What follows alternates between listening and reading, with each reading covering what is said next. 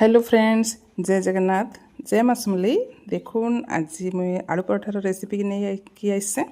तो आलू पराठा तो आपण मैंने समस्ते बनाऊे, हेटा किसी नुआ कथा नहीं से। देखुन आलू पराठाटा केते बढ़िया, माने आलू पूरा पूरा भर्ती होकर अच्छे।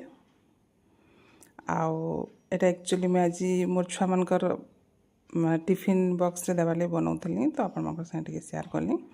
आउ एक्चुअली मते आलू पराठाटा टमाटो चटनी खाइले बहुत भल लगसी, तो मुझे लगी टमाटो चटनी टिके बाटी देथिली।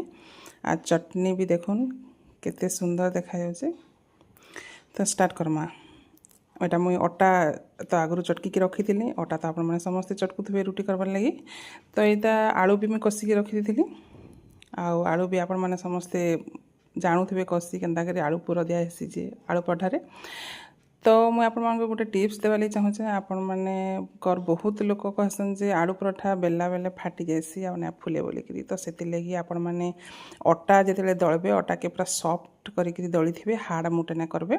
आ जिते बेलबे पूरा सॉफ्ट हाथ रे बेलबे, दाबिकिना बेलबे, फाटी जावा। तो एटा मुझे रुटी आपण मानकु पराठाटा सेकिकी भी देखाऊचे केते सुंदर बढ़िया भावे फुलबा जे मोर पराठाटा।